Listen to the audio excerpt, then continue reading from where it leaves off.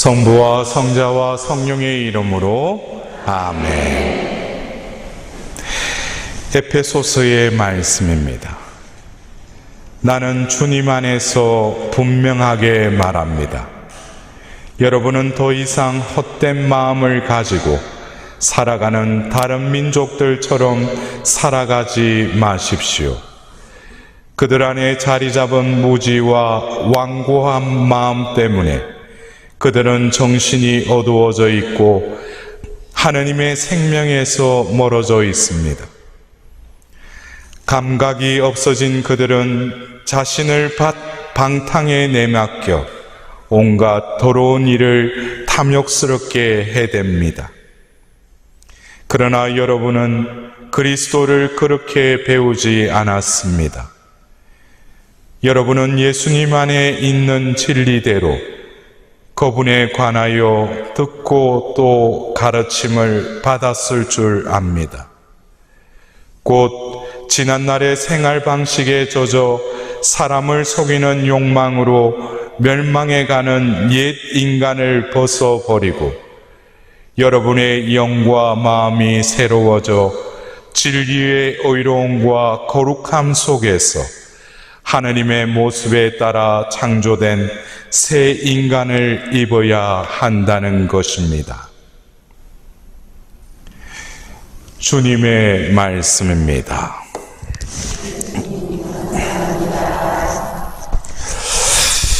여러분들, 바오로 사도가 다마스커스로 가는 그 도정 속에 예수님을 만납니다. 그러면서 네가 박해하는 예수다라고 예수님이 당신을 드러내시고 3주야를 먹지도 못하고 앞을 보지 못하는 캄캄한 어둠 속에 갇히게 됩니다. 근데 하나니아스의 기도 중에 하나님께서 이루시죠. 그 사울에게 가라고. 그러나 처음에는 하나니아스가 그것을 거부하죠. 왜? 그 사람은 우리를 박해하는 사람이니까. 그러나 하나님이 그는 이미 모태에서부터 이방인의 그릇으로 빚어졌다. 선택되었다. 그러자 하나니아스는 그 사울에게 가서 안수를 하자 눈에서 비늘이 벗겨지면서 다시 보게 되었다라고 사도행전 9장에 나오지 않습니까?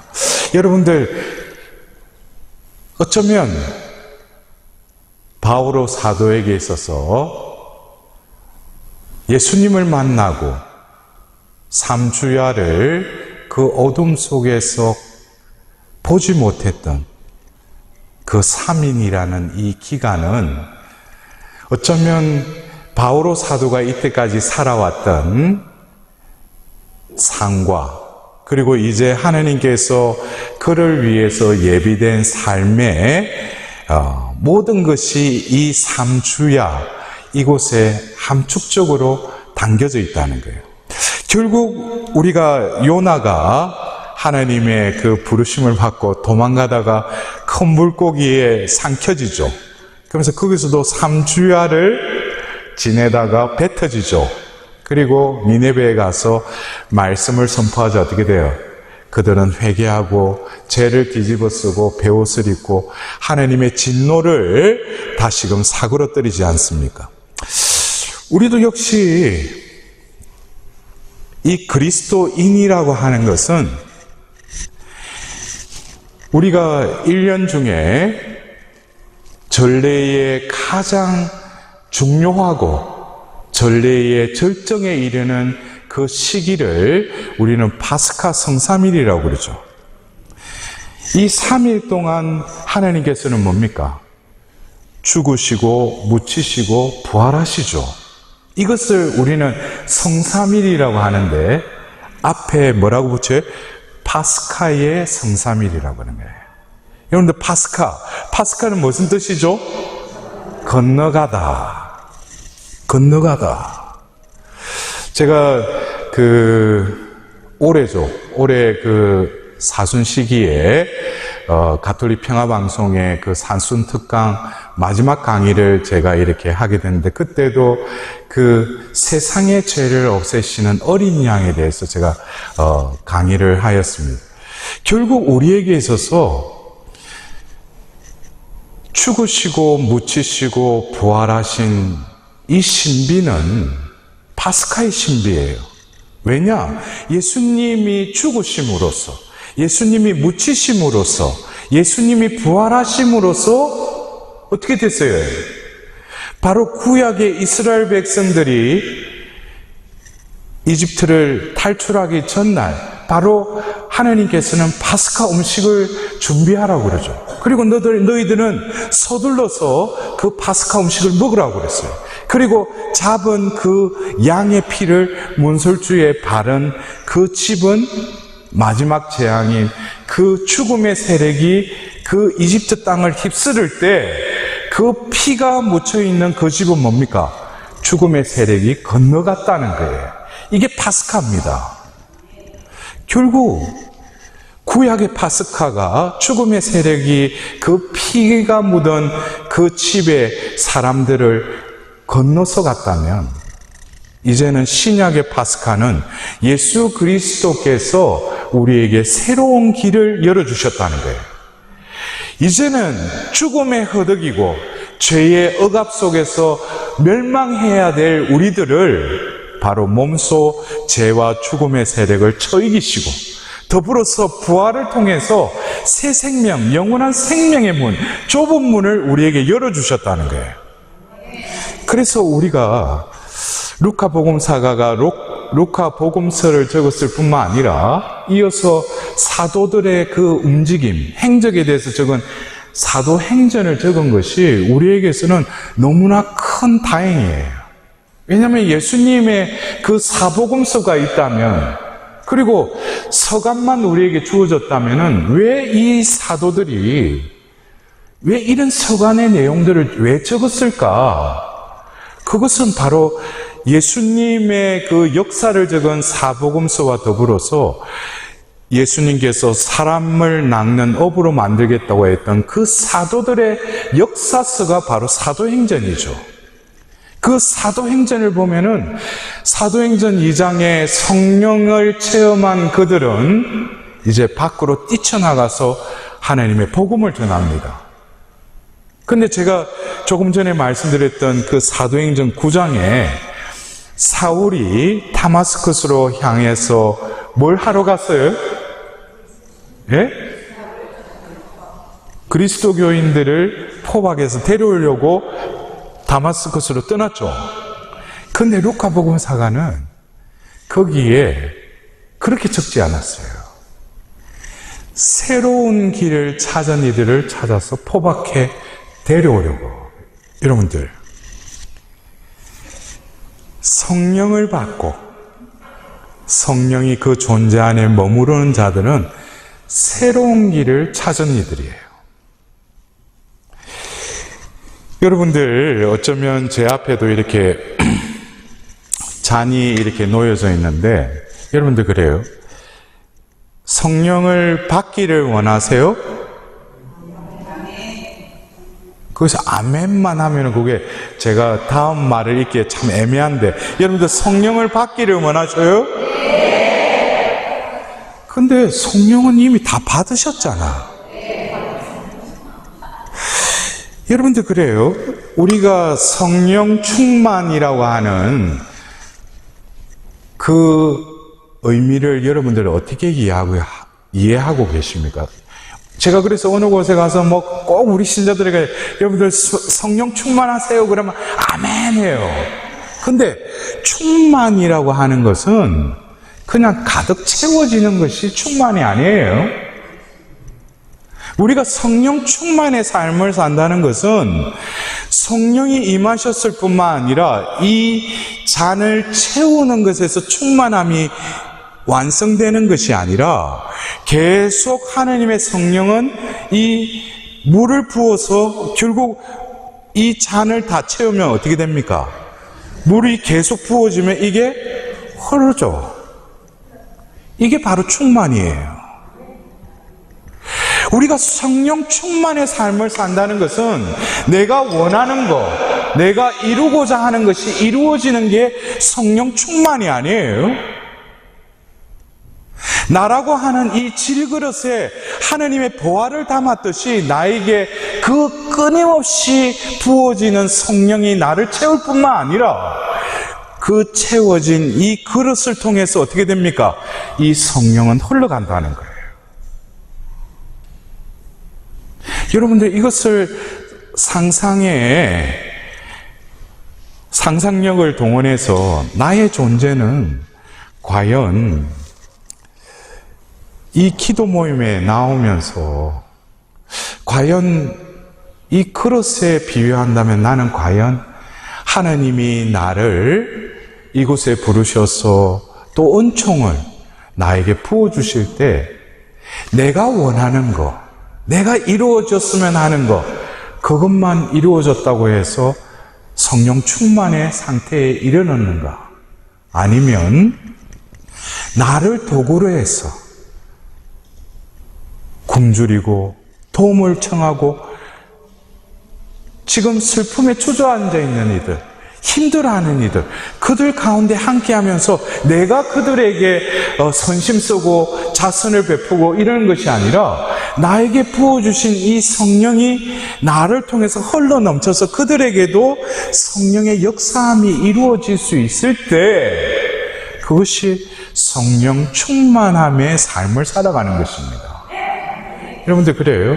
우리가 어떤 때에 우리가 이 천주교회에서 성령 세신 운동 기도회 여기서 가보면은 여러분들 은사에 대해서 관심이 많죠. 예? 여러분들도 은사를 다 받으셨죠? 근데 우리에게는 눈에 드러나는 은사, 표출되는 표적의 은사에 대해서는 관심이 많아요. 대표적인 게 뭐예요? 치유, 예언. 근데 저는 다른 데서도 이렇게 강의를 할 때 그래요.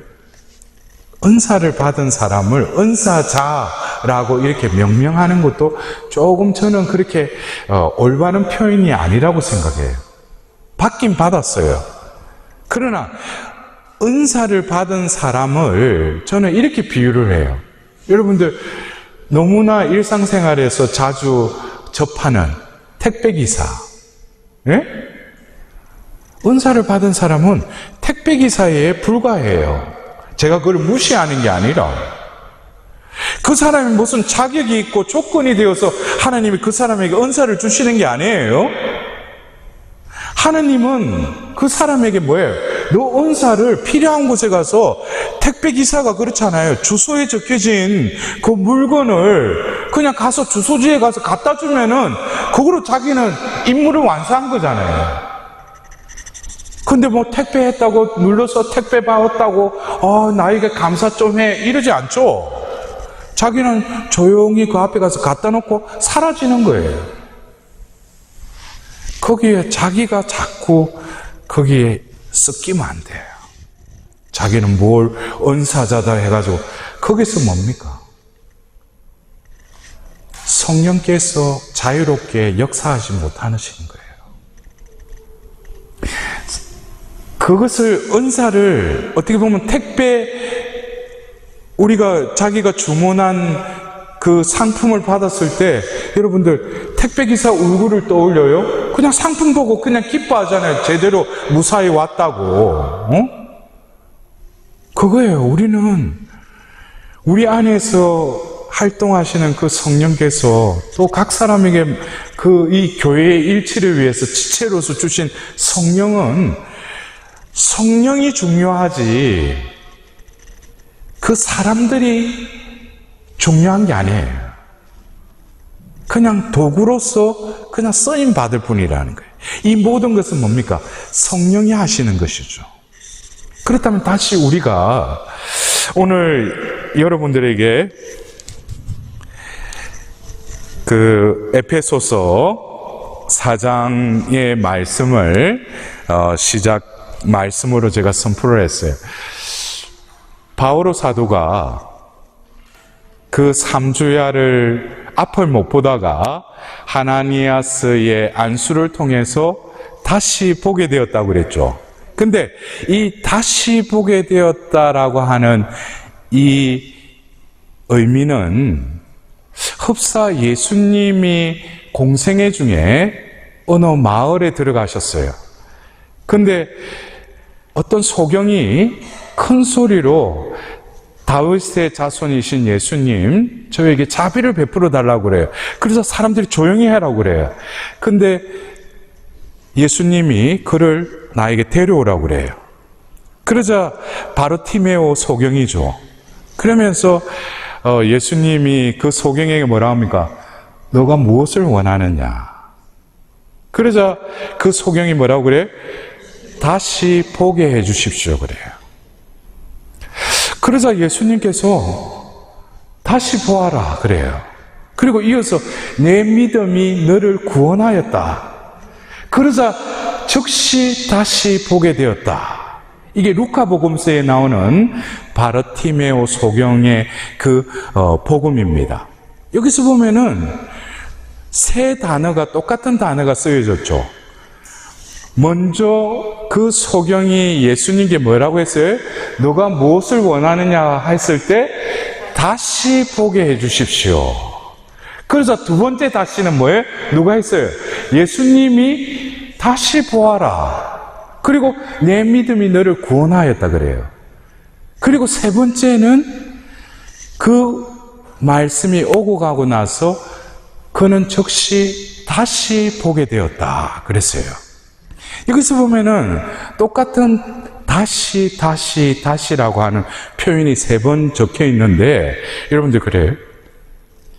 첫 번째 그 소경이 예수님께 다시 보게 해 주십시오라고 할 때 이 다시는 어떤 의미였어요? 그것은 어쩌면 육적인 치유를 원했던 거예요.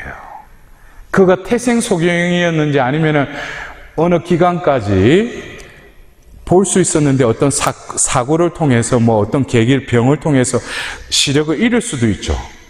그래서 이 소경은 다시 보게 해 주십시오. 이 다시는 뭡니까? 육적인 치유를 바랬던 거예요. 근데 두 번째 예수님께서 다시 보아라 그래요. 근데 이 다시 보아라고 하는 것은 조금 전에 말했던 바르티메오의 그 소경의 육적인 치유만을 말씀하셨을까? 근데 이어서 예수님께서는 너의 믿음이 너를 구원하였다라고 이렇게 말씀을 이으셔요. 여기서 예수님께서는 똑같은 다시 보아라라고 했지만은 너는 다시 보게 해주십시오라고 하는 그 차원이 아닌 또 다른 차원에 다시 보게 해주겠다는 거예요. 여러분들 조금 이해가 되셔요? 나는 예수님께 성령님, 저에게 지금 현실적으로 이런 문제가 있어요. 제가 이런 병을 앓고 있어요. 제가 지금 힘든 처지에 있어요. 주님, 저를 도와주세요. 라고 할 때 예수님이 그래 도와줄게. 그러니까 아멘. 응답 내려주십시오. 했는데 내가 바라는 응답은 없어. 아니 조금 전에 그랬잖아요. 주님 이것 좀 해결해 주세요. 좀 낫게 해 주십시오 했는데 응답이 없어. 자기가 바라는 응답은 없다고. 근데 주님께 이렇게 물어보니까 왜 주님 해주신다고 했는데 왜 안 해주세요? 나는 다 이루었다 이거예요. 그걸 뭘 이뤘냐? 여러분들 여기서 그래요.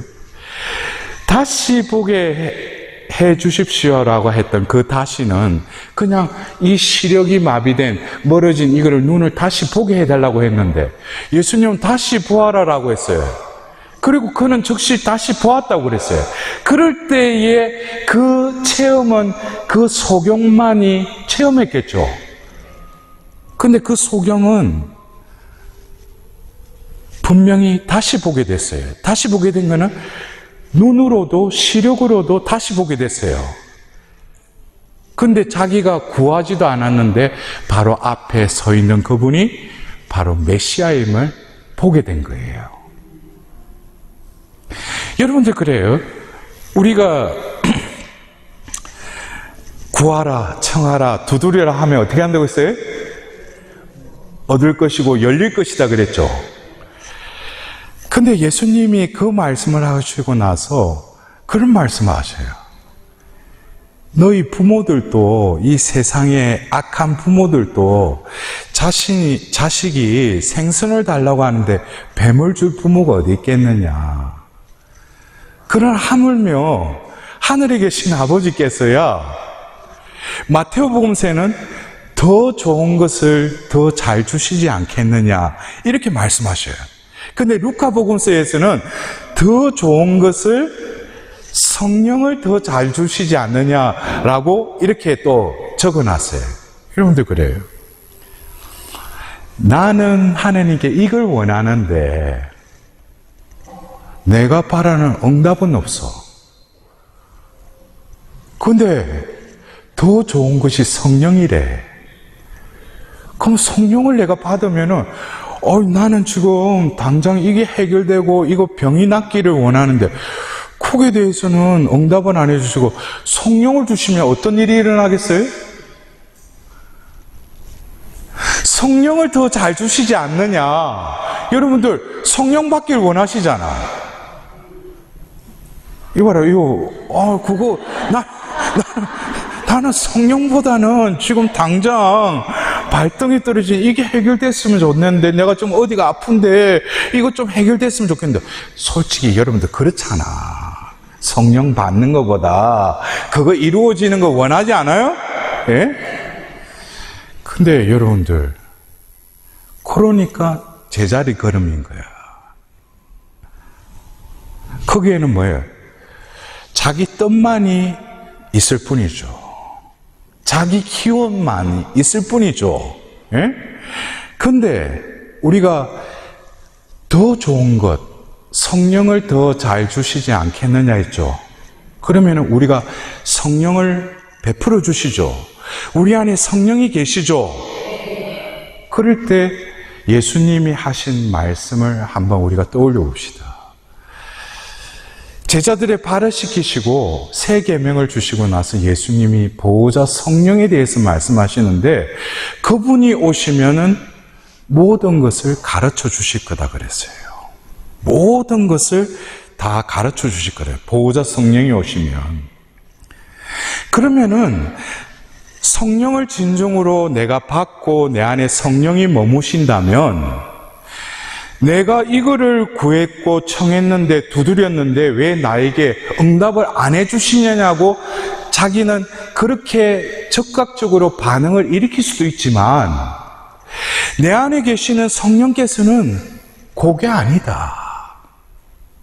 너는 그걸 원하지만은 우선적으로 이게 해결이 돼야 된다.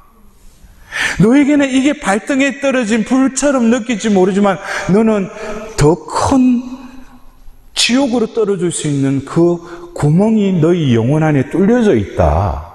그거를 먼저 메꿔야 된다 하고 누가 가르쳐 주셔요? 성령께서 나에게 가르쳐 주시는 거예요. 그러니까 어떤 사람들은 구울 기도를 딱 할 때 이미 나한테 뭐예요? 패턴이 있지. 처음에 뭐예요? 딱 구울 기도할 취향이 딱 리스트에 딱 1번, 2번, 3번 이렇게 딱 듣지. 그 다음에 구울 기도 시작하는 날 해가지고 동골베이 쳐가지고 27일 딱 끝나는 날 또 동골베이를 딱 쳐. 그리고 성모님 앞에서 묵주를 딱 장전하고 굴리기 시작하는 거야. 이거는 흡사 뭐예요? 총성 없는 방아쇠만 안 당겼을 뿐이지 총을 들고 뭐예요? 내가 일단 청혼기도 바치겠다 이거야. 27일 후에는 응답해 달라 이거야.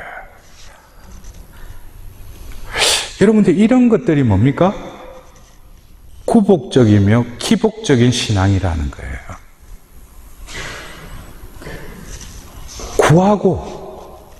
구하는 거 얻으면 끝이야. 그리고 기복이 뭡니까? 잘날 때는 하나님 모르고 그냥 자기 마음대로 살다가 뭔가 힘든 일이 나면 성당문 닫도록 왔다 갔다 해. 이게 기복이죠.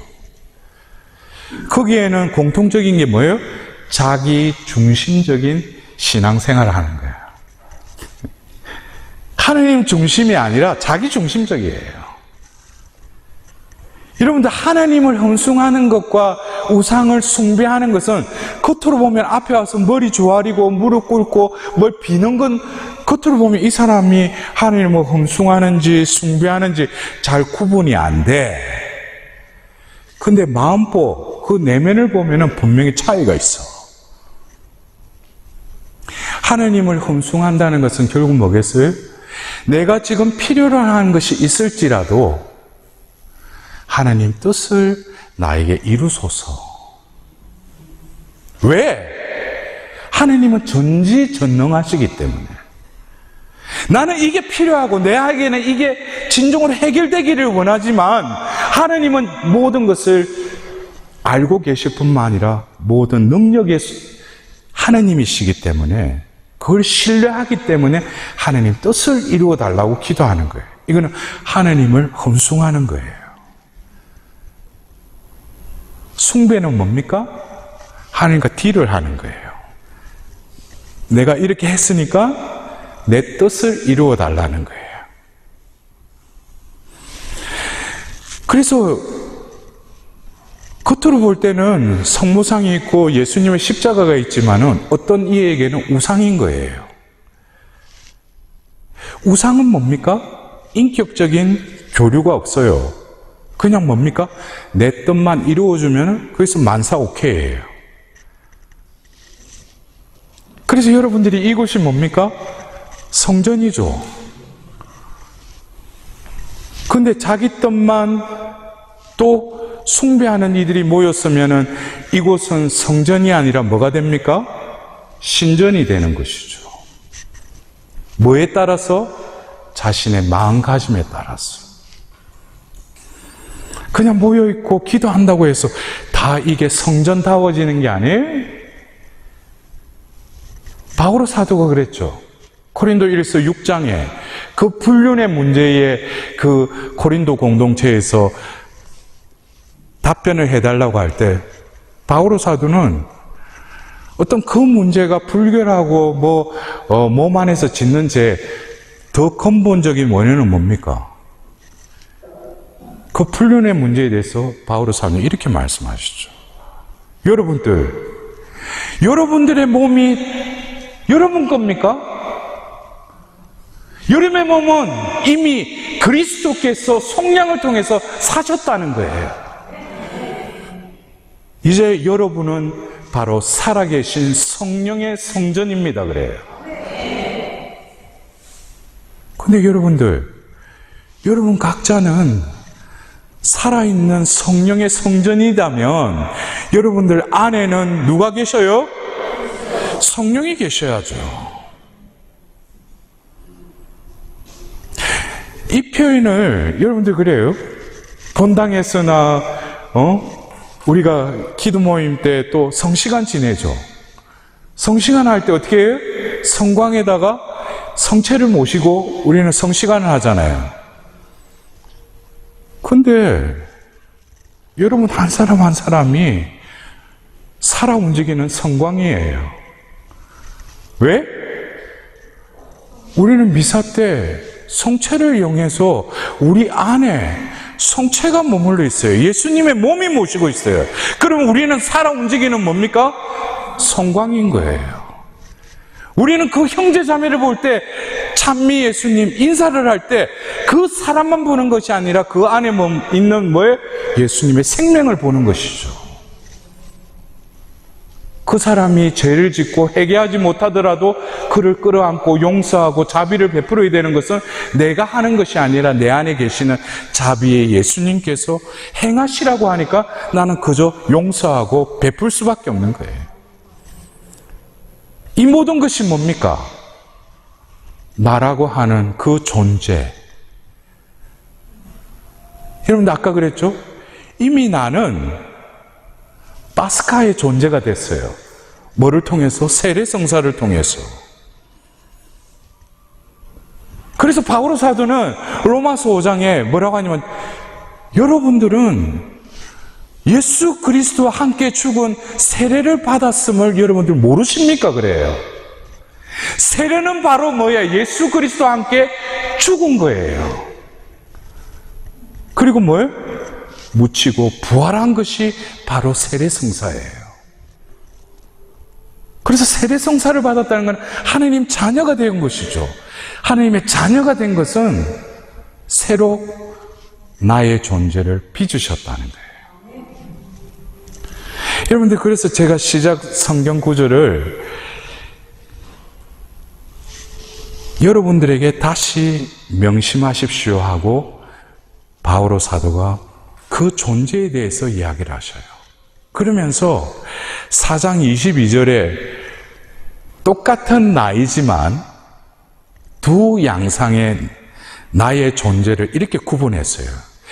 지난날의 생활 방식에 젖어 멸망해가는 존재가 뭐라고요? 옛 인간이라고 그래요. 이 옛 인간은 구태의연하게 묵은 포도주만 좋아하고 자신의 패턴대로 자신의 삶을 자기가 주인 되어서 살아가는 그 존재, 옛 인간이라고 그래요. 근데 24절에 하나님의 모습대로 창조된 새 인간을 입어야 한다는 것입니다. 여러분들, 그래요. 어쩌면 내가 이미지화한 성령 하나님, 이것은 자칫 알라딘 램프와도 비슷해요. 내가 원하는 거 이루어 주시는 분. 성령 하나님은 내 존재를 존재답게 해주시는 분이지 내가 원하는 거 이루어 주시는 분이 아니에요. 그건 우상에게 가서 알아봐야 돼요. 왜 내 존재를 존재답게 하시는 분이 왜 성령이셔요? 그거는 창세기 2장을 보면은 하나님이 천지를 창조하시고 나서 마지막 날에 우리 모습을 닮은 비슷한 사람을 만들자 그러죠. 그 만드셨죠. 보시니 참 좋았다 그랬어요. 그리고 이어서 창세기 2장 7절에 그것을 다시금 창조의 과정을 이렇게 어떻게 표현하고 있어요? 먼지로 사람을 빚어서 그 코에 숨을 불어넣으니 비로소 생명체가 되었다. 여러분들, 여러분 보십시오. 원래 인간은 먼지에서 와서 먼지로 돌아간다고 우리가 죄 수요일 날 또 죄를 얹으면서 그렇게 하잖아요. 근데 그 존재에 뭐가 들어갔어요? 숨이 들어갔어요. 그 코에 숨을 불어넣으니 비로소 생명체가 되었다 그랬어요. 이게 사람이에요. 이 숨이 불어넣어짐으로써 어떻게 됐다고? 생명체가 되었다. 그러면 이 숨이 없으면 어떻게 돼요? 겉으로는 사람인 것 같은데 하나님 보실 때는 사람이 아니야. 여러분들, 그래요. 우리가 당신의 모습대로 우리와 비슷한 그 사람을 지으시고 그 사람 안에는 당신의 생명의 숨을 담으셔서 생명체가 되게 하셨는데, 이어서 다음 장인 창세기 3장에 원죄를 짓죠. 여러분들, 그래요. 그냥 선악과 나무 열매를 따먹었다고 해서 죄가 성립된 게 아니에요. 이미 뭡니까? 사탄의 유혹이 있었죠. 그리고 하나님 말씀을 잊어버렸죠. 그리고 그 유혹에 그냥 협력해서 손을 내밀었어요. 그리고 따서 먹었어요. 죄가 성립됐죠. 근데 죄가 성립이 됐는데 그거보다도 더 심각한 것은 2장 17절에 창세기 2장 17절에 하나님께서 이렇게 말씀하셔요. 너희들 이 동산에 있는 모든 나무 열매는 따먹어도 된다. 그러나 동산 한가운데 있는 선과 악을 알게 하는 저 나무의 열매는 절대 따먹어서는 안 된다. 그 열매를 따먹는 순간 너희는 반드시 죽는다 그랬어요. 근데 여러분들 그렇죠? 우리가 창세기 3장에 선악과 나무를 따먹었죠? 근데 그들이 죽었어요? 죽었어요? 하나님 편에서는 죽었죠. 여러분들 그 순간에 우리는 성경에 이렇게 표현하고 있어요. 그들은 눈이 열려 알몸인 걸 알고 두렁이 잎으로 가렸다 그랬죠. 그러면 그들이 원래 눈이 감겨져 있었어요? 소경이었어요? 그들은 보고 있었어요. 근데 창세기 2장 마지막 절에는 뭡니까? 그들은 알몸이었는데도 부끄러워하지 않았다 그랬어요. 그들이 그때 상대방을 보고 그 하와와 아담이 이렇게 보면서 그들이 보지 못했어요. 그냥 이러고 이렇게 했기 때문에 부끄러워하지 않은 거예요? 그때도 봤어요. 근데 죄를 짓고 나서 눈이 열린 거예요. 이거는 뭡니까? 하느님이 원래 보아라고 한 그 눈은 감겨지고 죄악으로 눈이 떠여진 거예요. 그래서 그 눈이 떠여지자마자 뭐예요? 먼저 수치심을 느껴요. 그리고 어떻게 돼요? 나라고 하는 존재를 느끼기 시작해요. 이걸 여러분들 잘 이해하셔야 돼요. 우리가 에고라고 하는 그 나, 여러분들 지금 내가 존재하고 있는 나가 나라고 생각하셔요? 지금 자매님 나라고 생각하셔요? 지금 있는 내가? 무슨 말인지 모르겠어요? 자매님은 지금 내가 존재하는 나가 나라고 생각하셔? 내가 진정으로 존재한다면 존재해야 돼요. 근데 여기서 몇 년 왔다 갔다가 어떤 분은 이 자리에 없어요. 왜 그래요? 하나님 데려가셨기 때문에. 그건 존재하는 게 아니에요. 잠시 이게 있는데 우리는 뭡니까? 우리는 영원한 생명을 믿지 않습니까? 그러면 그 사람이 잠시 이 생에서 살다가 사라지는 존재일지라도 진정으로 존재하려면은 내 안에 하나님의 생명이 깃들여져야지 진정으로 존재한다고 말할 수 있는 거예요.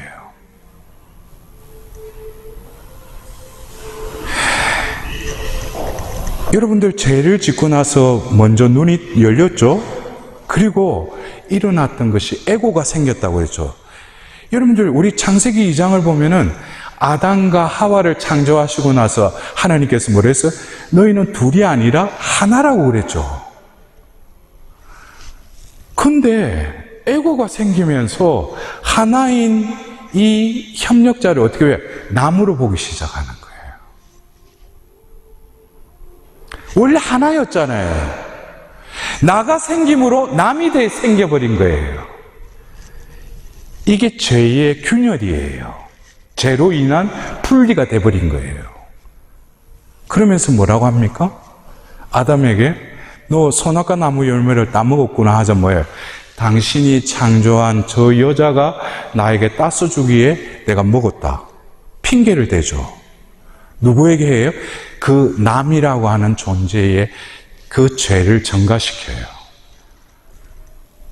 이게 지금 우리 살고 있는 이 세상과 똑같아요.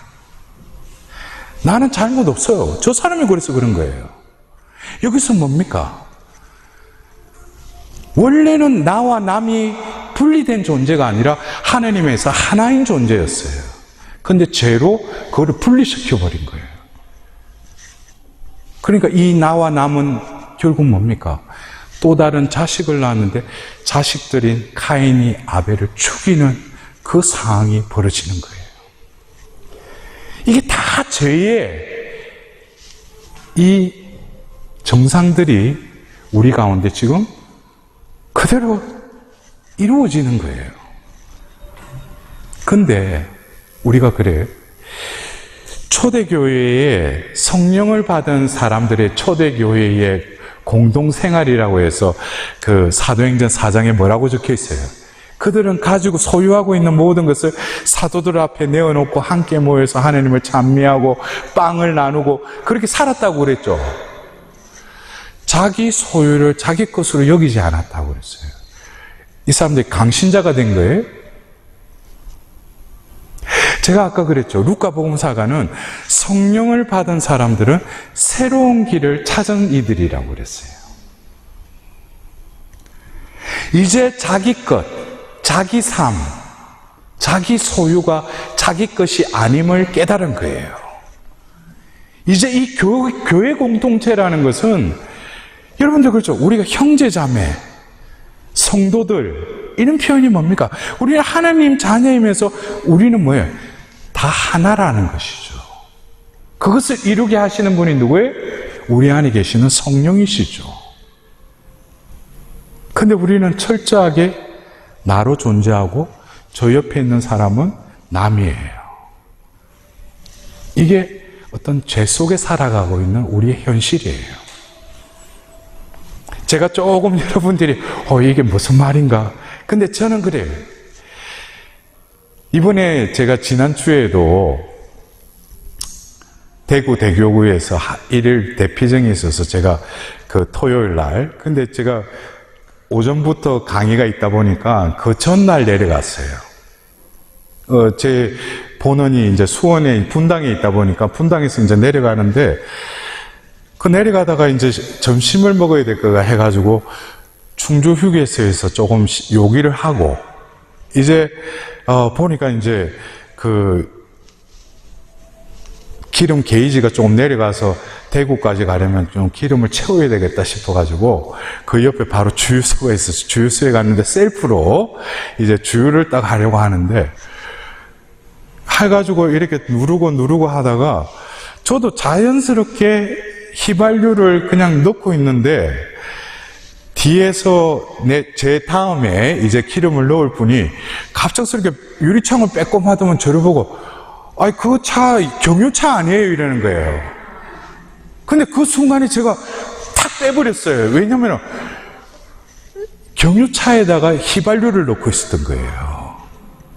근데 제가 왜 그랬냐면 우리 공동체에서 여러 차가 있는데 저희들은 개인 소유의 차는 없고 공동으로 쓰기 때문에 제가 평상시에는 제가 타고 다니는 차가 휘발유 차예요. 그래서 그 전날에도 제가 휘발유 차에 주유를 했어요. 그러다 보니까 이 차도 제가 타고 다녔지만은 나는 어련히 여기는 휘발유 차인 줄 알았어요. 그리고 휘발유를 넣는데 뒤에 분이 그 차가 경유차가 아닙니까 하는 게 갑작스럽게 그걸 빼냈어요. 근데 이미 휘발유가 들어가 버린 거예요. 그리고 어떻게 하겠어요?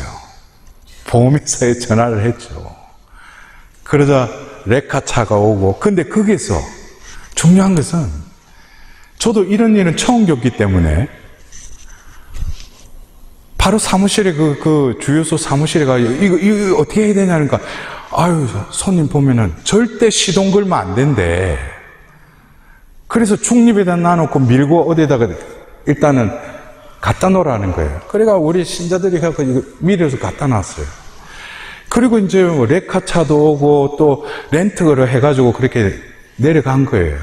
근데 제가 이렇게 보니까 야 이게 입살보살이라고 제가 언젠가 그 강의를 하면서 제가 똑같은 그 상황을 이야기를 했어요. 우리 신자들한테.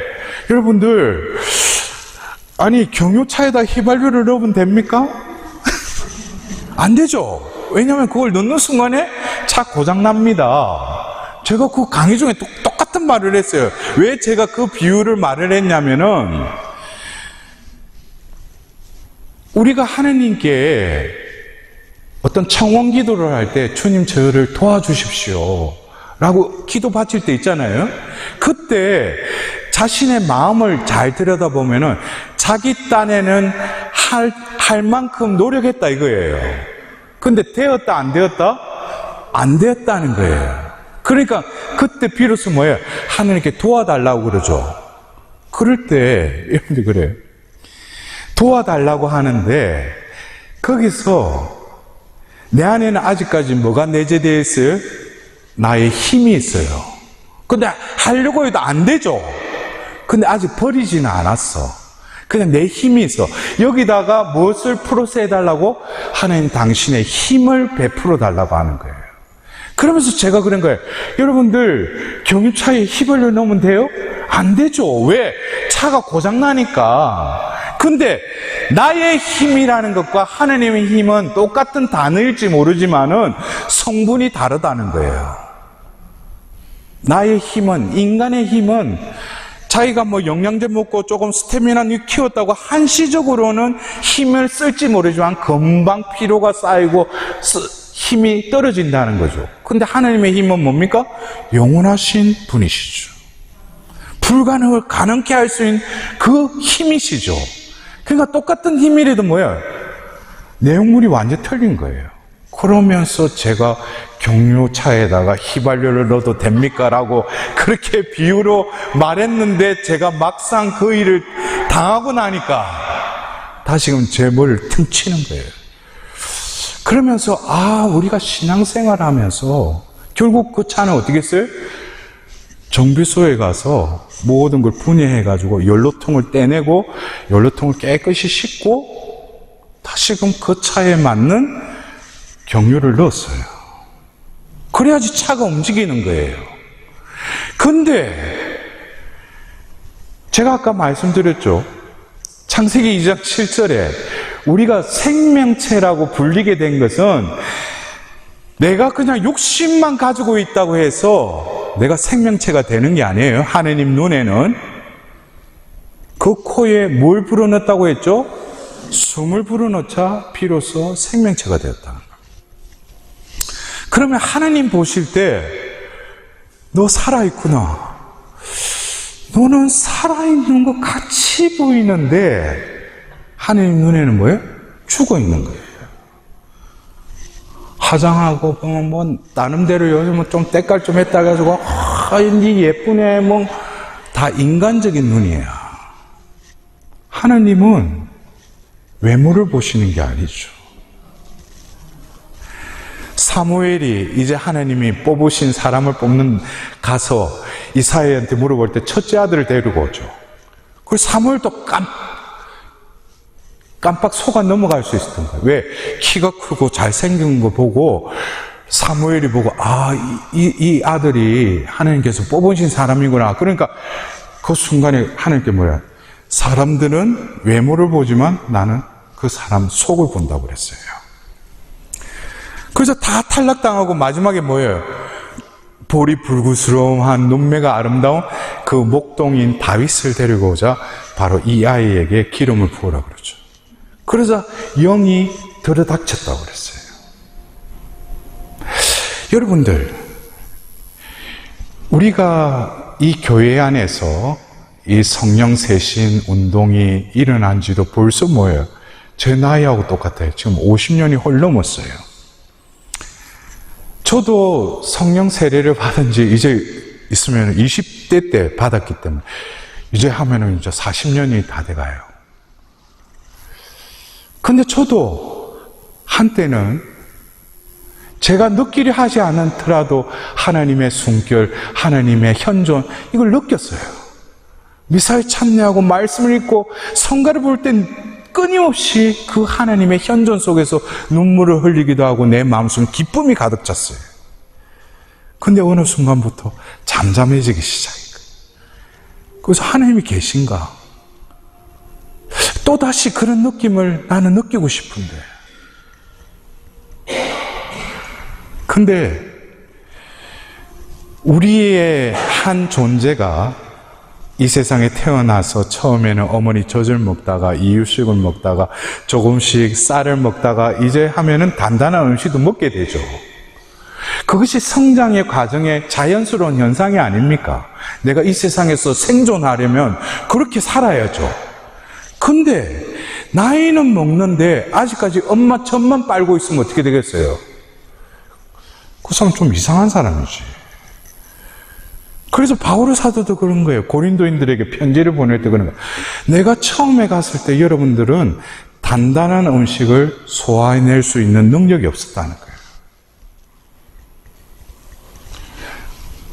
시간이 지나면 뭡니까?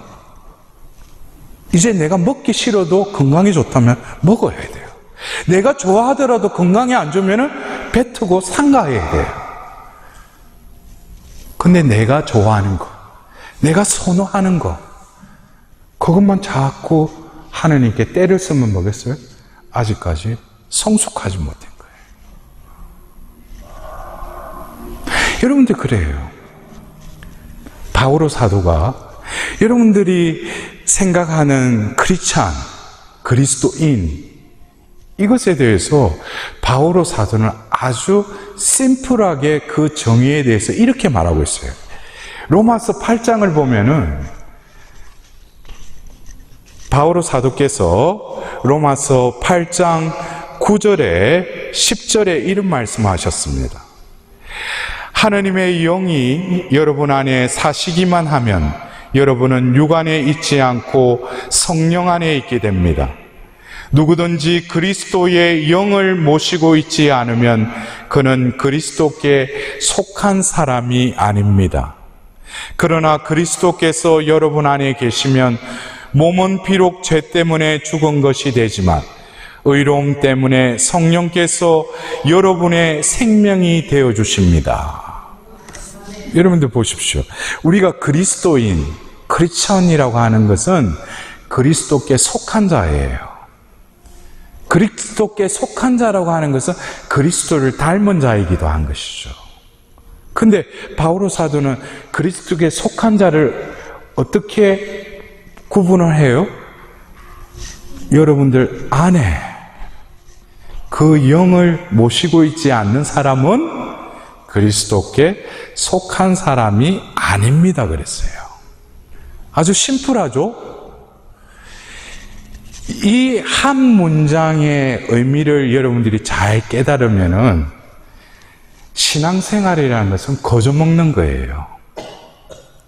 내가 노력해도 노력해야 된다, 노력하지 않아도 된다. 노력할 필요가 없죠. 내가 수고해야 된다, 수고 안 해야 된다, 수고할 필요도 없어요. 그러나 중요한 것은 뭡니까? 내 안에 그리스도의 영, 그리스도가 사시면 돼요. 그래서 제가 그래요. 어떤 때 여러분들이 이 세상 안에서 어느 날 세례성사를 받고 그리스도인이 됐죠. 그리고 여러분 신앙생활을 하잖아요. 근데 다른 세상 사람들, 예수님을 믿지 않는 사람들과 우리는 이제 인생관, 인생의 목표가 다르죠. 뭐가 달라요? 우리가 왜 성당 다니고, 왜 신앙생활하고, 왜 기도생활 왜 해요? 영원한 생명을 얻기 위해서. 또 뭐예요? 영원한 생명을 얻는 것은 곧 뭡니까? 구원 얻기 위해서. 그래서 우리가 지난주에도 그 부자 청년이 처음에 와서 뭐라고 합니까? 예수님, 어떻게 하면 영원한 생명을 얻습니까? 그러죠. 근데 이어서 예수님은 부자가 구원에 대해서 이야기해요. 영원한 생명을 얻는다는 것은 구원받는다는 의미예요. 근데 여러분들 구원받으려면은 여러분들 어떻게 해야 되겠어요? 성당 열심히 다녀야 되겠어요? 열심히 다녀야 되겠죠? 봉사생활도 열심히 해야 되겠죠? 희생도 해야 되겠죠? 그것이 구원받는 데 절대적인 기준이겠어요? 제가 그래요. 어떤 사람이 취업을 준비하려고 자기 딴에는 열심히 했어. 자기 딴에는 열심히 했어. 근데 관건은 뭐예요? 그 입사 면접관이 질문을 뭘 할지 자기가 알고 있어야 되잖아. 예측은 하고 있어야지. 근데 자기 딴에는 열심히 했는데 가서 면접관이 엉뚱한 질문을 하면 뭐겠어요? 자신의 노름이 도리압을 타버리는 거지. 그것처럼 여러분들 그래요. 우리를 구원하실 분은 누구예요? 예수님이죠. 그러면은 내가 생각하는 그 구원을 어떻게 하면 구원받겠지 했지만 부자 청년처럼 어릴 때부터 나는 이 계명 저 계명 다 지켰다고. 근데 예수님 보니까 너는 한 가지 부족한 게 있다고. 그 말 들으면 뭐겠어요? 웅칫한 것이. 내 딴에는 열심히 했는데. 예수님은 다른 걸 보는 거예요.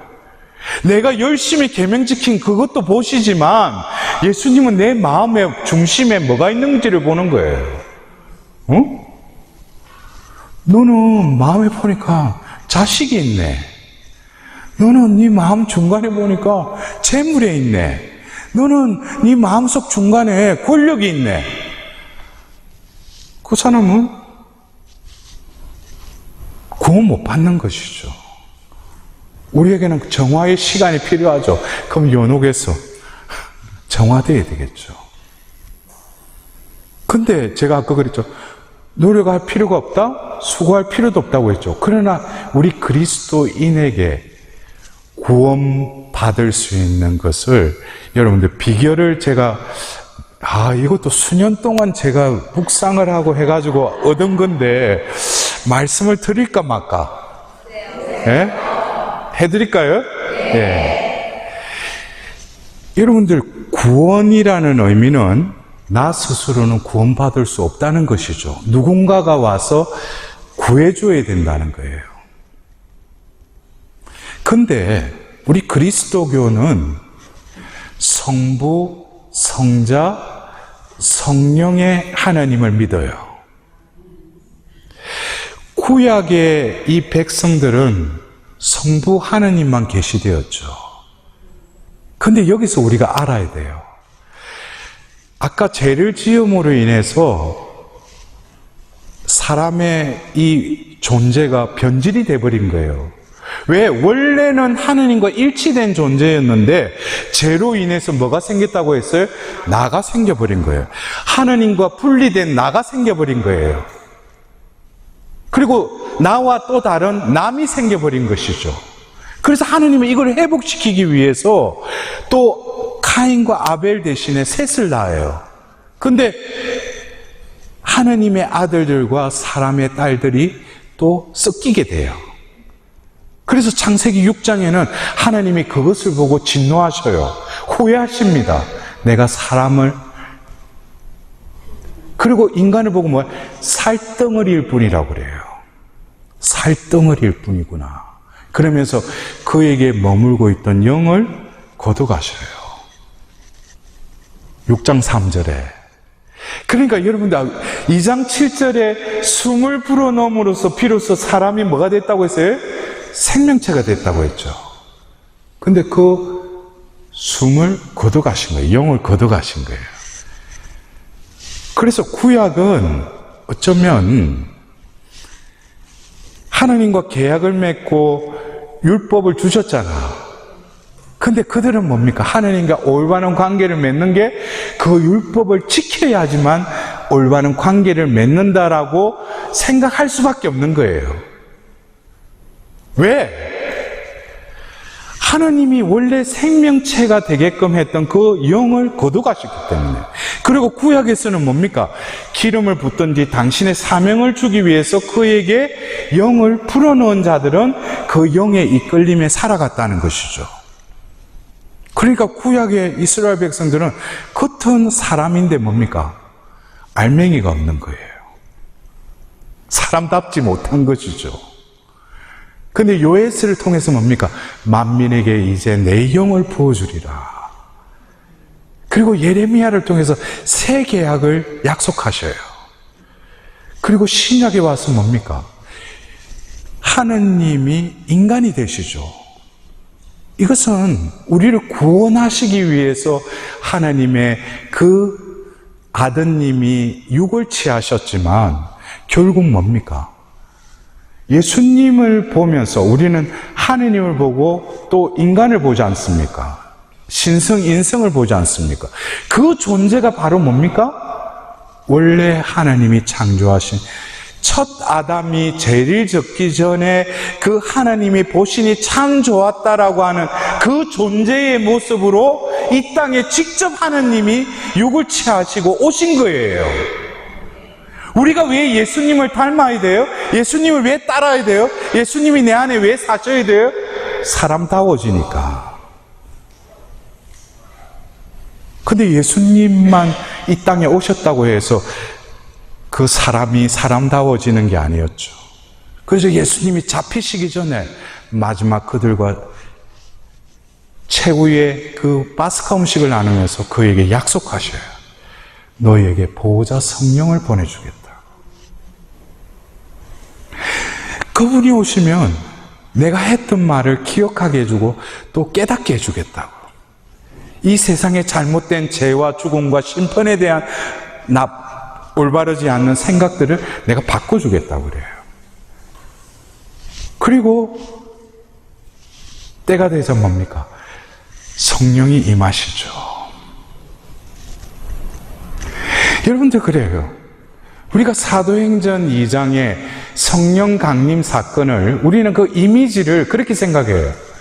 거센 바람이 불고 불의 모양으로 각 사람에게 내리고 그들이 외국어로 말하기 시작했다.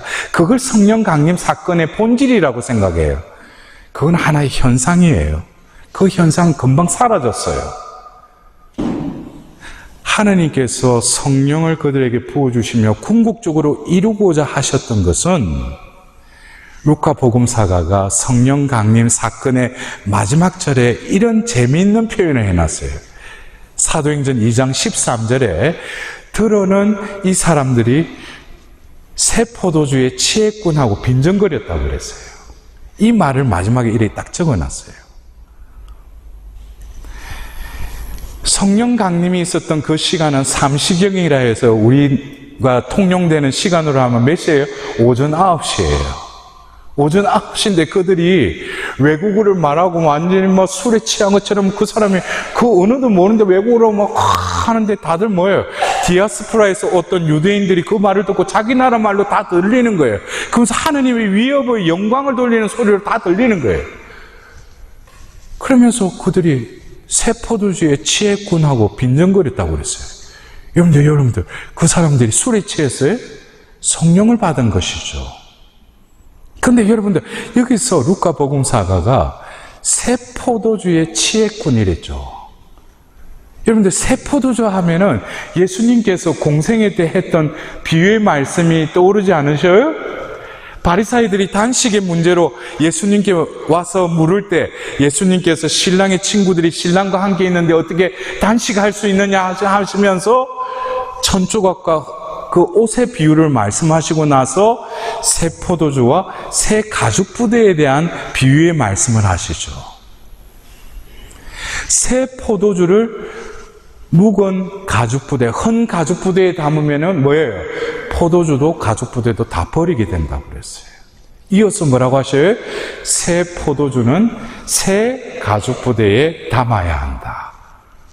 여러분들, 성령 강림 사건의 본질은 사도행전 2장 13절의 그 말씀처럼 새 포도주에 취했다라는 것은 하나님이 성령을 보냄으로써 그의 존재를 어떻게 새 포도주 성령을 담는 새 가죽 부대, 새 인간으로 재창조하셨다는 거예요. 이해가 되십니까? 여기는 조금 보니까 이게 말씀에 씨는 뿌려지는데 아직은 조금 이렇게 떨어지는 속도가 조금 그래. 딴 데 가면 아멘 아멘 이러는데. 예? 응? 여러분들 성령 강림 사건은 어떤 현상론적으로만 이해할 것이 아니라 하나님께서는 뭡니까? 원래 지으신 바대로 그 존재를 뭐예요? 회복시켰다는 거예요. 왜? 먼지로 빚은 그 코에 숨을 불어넣으니 생명체가 되었다고 했죠. 그러나 영을 거둬가셨죠. 근데 하나님의 때가 되자 뭐예요? 성령을 보내셨죠. 성령이 임했어요. 그러자 사도행전 2장 4절에 뭐예요? 그들은 성령으로 가득 찼다고 그랬어요. 이 존재가 바로 뭡니까? 하나님 보시니 참 좋았다라는 원래의 그 존재였던 거예요. 결국 성령은 나를 존재케 하는 영이십니다. 그래서 바오로 사도가 그런 거예요. 여러분들 안에 그 영이 머무르지 않으면 그리스도께 속한 사람이 아닙니다 그랬어요. 그럼 그리스도께 속한 사람, 그리스도인은 결국 뭘 보고 이 사람이 크리스찬이다, 그리스도인이라고 하나님 보시겠어요? 그거는 내 안에 그 영이 머물러 있는 자인지 아닌지를 하나님 보신다는 거예요. 그러면 아까 제가 비결을 말씀드린다고 했죠. 내가 안 하고 떠날 뻔했어. 여러분들 구원받는 데 있어서는 하나님이 구원하시죠? 근데 모든 것이 신앙생활은 처음에는 비유를 한다면 내가 몇 층까지 올라가는데 계단으로 왔다 갔다 하는 그런 삶을 살아요. 내가 열심히 하고 막 계단 오르는데 어떤 때는 지나고 다리에 뭉치고 이런 그게 열심히 하는 줄 알아. 근데 이제 산전수전 공수근 겪고 하나님이 주신 시련도 겪고 나고 하니까 이제 비법을 아는 거예요. 뭐예요? 계단? 계단 필요 없어. 저쪽에 엘리베이터 있거든. 가서 누르고 앉아서 천국에 딱 누르면 뭐예요? 그냥 그 엘리베이터 안에 있으면 슉 올라가는 거야. 여러분들 그리스도교 신앙이라는 것은 저절로 됩니다. 왜? 하나님이 성부로 성자로 성령으로 모든 걸 계시하셨기 때문에 새로운 길이 열린 거예요. 그러나 새로운 길을 발견하고 새 길로 나아가면은 내가 이때까지 살아왔던 삶의 패턴이 완전히 바뀐다는 거예요. 내가 사는 것이 아니라 그리스도가 내 안에 사신다는 거예요. 그래서 구원을 할 때는 여러분들 그렇죠. 우리가 하나님 나라의 비유의 말씀을 할 때 예수님이 이런 비유를 하셔요. 어떤 어부가 고기를 잡아서 그 모래사장에 와서 그물을 펼쳐놓고 뭐 하는 것 같다? 좋은 물고기, 나쁜 물고기를 가려내는 것 같다. 그러니까 물고기가 그냥 그물에 잡혔다고 해서 다 구원받는 거 아니에요. 이거는 뭐겠어요? 성당 나온다고 해서 다 구원받는 거 아니라는 거예요. 하느님의 눈에 좋은 물고기, 나쁜 물고기가 있다는 거예요. 근데 뭘 보고 하시는가? 근데 우리가 어떤 때 그렇죠. 이 세상에 이러니까 이게 마지막 때다. 총말이 가까워오는 것 같다. 그럼 총말이 가까운다는 이유는 뭐예요? 심판때가 가까워오는 거지. 그럼 심판때 나는 구원받을 수 있을까? 근데 예수님이 그 종말에 대해서 또 비유로 말씀하신 거, 그때가 되면 해도 달도 별도 빛을 잃을 것이다. 근데 어느 천사들이 나타나가 동쪽에서 서쪽으로 가면서 뭐예요? 솎아낸다고 그래서. 근데 우리가 볼 때는 어둠 천지잖아. 예? 태양도 빛을 잃고 달도 별도 빛을 잃고 암흑천지야. 근데 천사들은 뭘 보고 누군 선한인, 저건 아니고 이거 어떻게 솎아내겠어요? 그럼 제가 그 말씀을 이러면서 천사는 영의 존재이기 때문에 영으로 솎아낸다는 거예요. 근데 그걸 제가 묵상하면서 제가 어릴 때에 어떤 놀이터에서 자석을 가지고 그 모래에 이렇게 하다 보면은 자석 밑에 뭐가 붙어요? 철 같은 게 이렇게 붙잖아요. 쇠 같은 게. 그거 왜 그래요? 자성에 이끌려서 그냥 붙는 거 아니겠어요? 그래서 그걸 보면서 이 구원도 그런 것거다. 왜? 하느님이 구원하시는데 이거를 있잖아요. 우리가 자석의 비유를 하자면은 구원의 자석이 여기를 이렇게 훑잖아요. 이렇게 훑잖아. 우리가 뭐 그냥 그 모래밭이라면. 근데 어떤 영혼들은 탁탁 붙고 어떤 영혼은 막 붙으려고 점프해도 안 붙어. 왜 그런지 아시겠어요? 그 사람 안에 이 자석의 자성이 그 철을 끌어올리듯이 그 사람 안에 하느님이 머물러 있는 자는 그 구원의 자석으로 훑을 때 뭐예요? 탁탁 붙는 거예요. 자기가 노력 안 해도 그냥 탁탁 붙어. 왜? 내 안에 하느님이 계시기 때문에. 근데 성당 문지방 달도록 열심히 다니고 있는데 모든 건 뭐예요?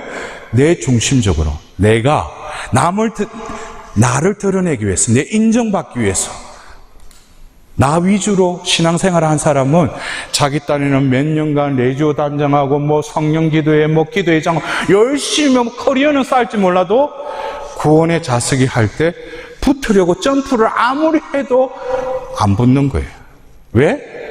그 존재 안에 나만이 있기 때문에.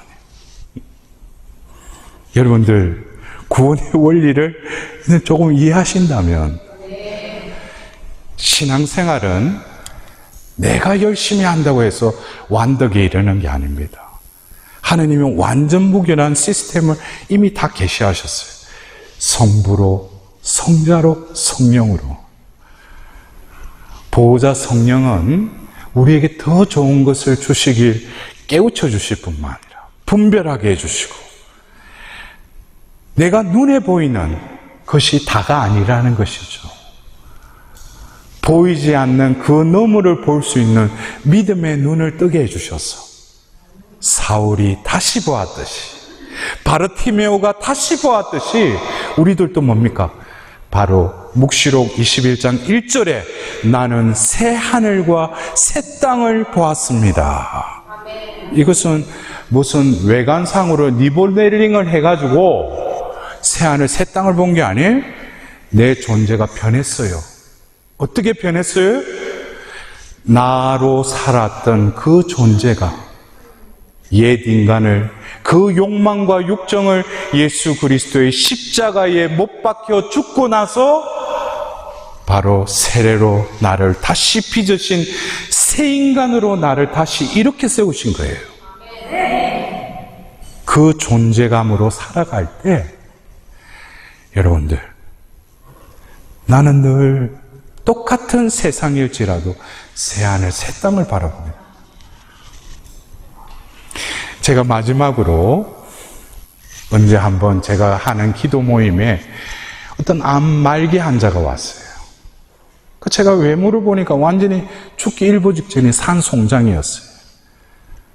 근데 그 자매가 저한테 와서 신부님, 고해성사를 보고 싶습니다. 그래서 솔직하게 다 죄를 고백했어요. 그 사제경을 하고 또 안수를 하고 기도 모임을 끝내고 집에 가는데 그날 제가 기도회를 주관하면서 분심이 들었어요. 저 자매가 기도회 제대로 기도 모임을 끝낼 수 있어요. 왜냐하면 외모가 거의 그만 앙상한 뼈만 남았어요. 근데 무사히 끝나고 갔어. 근데 그 다음날 문자가 온 거예요. 일요일인데. 저도 주일 미사 끝나고 있는데 문자가 와서 딱 보니까 그 자매한테 온 거예요. 근데 문자를 딱 보는데, 신부님, 오늘 아침에 일어났는데 저는 새 하늘과 새 땅을 보았습니다. 그래서 제가 한편으로는 그 자매가 어제 상태가 안 좋더만은. 근데 설마 했어요. 왜? 자신은 말기 암 환자였지만 하나님께 모든 걸 내려놓고 자신을 비웠을 때 성령께서 그를 도요하셨구나. 그들 가득 채웠구나. 그를 다시 태어나게 하셨구나. 그러니까 그 아침에 그는 새 하늘과 새 땅을 본 거예요. 근데 아니나 다를까 하느님이 그 자매가 일산에 있는 암센터에 가서 엑스레이를 찍는데 의사가 부르더래요. 당신 그 폐에 가득하던 암세포가 어디로 갔냐고. 근데 저에게 어떤 메시지가 왔어요. 전체를 다 치유해 주신 게 아니고 사브레인은 남겨놓으신 거예요. 근데 하느님이 그거는 우리 인간으로서는 이해하지 못해요. 그러면서 그 가정의 회복을 위해서 기도하라고 전하라고. 그래서 제가 그 자매님한테 당신의 수명을 연장시켜 주신 것은 이 땅에서 남은 그 수명 동안의 가정의 회복을 위해서 하나님께 바치고 하나님께서 그냥 기도하시라고. 그래서 나름대로 열심히 살았어요. 그리고 2년 후에 하나님께 데려가셨어요. 여러분들, 저는 우리의 삶이, 이 생명이 병이 들었다고 해서 치유받고 싶죠. 낫기를 원하죠. 그러나 그 치유를 받는 순간에 또 다른 병이 걸릴 그 퍼센테이지는 또 열려 있어요. 그러나 하나님께서 우리를 낫기를 원하셔요. 중요한 것은 뭡니까? 내 믿음이 너를 구원하였다. 설령 나는 이거를 기도했는데 하나님의 응답이 없어. 그러나 하나님은 뭡니까?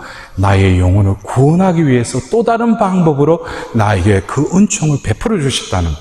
그럼 내 식대로, 내 원대로 이루어지지 않았더라도 하나님께 10명의 나병 환자가 9명은 자기 갈 길로 갔지만 마지막에 예수님께 와서 무릎을 꿇고 엎드려서 예수님께 감사를 드렸듯이 우리의 삶이 내가 원하는 것, 내가 구하는 것이 설령 응답 못 받았다고 내가 착각할 수는 있지만 하나님께서는 나와 함께 계시면서 이미 뭡니까?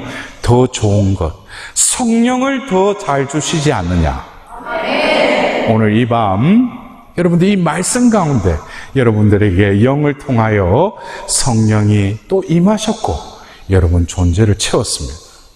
이제 내가 채우는 것에만 혈안이 되어 있을 것이 아니라 성령 충만이라는 거 하는 것은 채워지면서 흘러감으로 넘어갈 때 진정으로 나의 이 충만한 삶은 지속될 것입니다. 유지될 것입니다. 구원으로 이끄실 것입니다. 오늘 우리에게 구원을 주신 성령 하나님, 또 우리를 구원하기 위해서 이 땅에 사람이 되신 성자 하나님, 또 우리를 창조하시고 우리에게 새 하늘 새 땅을 약속하신 성부 하나님, 우리 성부, 성자, 성령 하나님께 찬미와 영광과 영예를 돌려드립시다. 박수로 받아들이시다.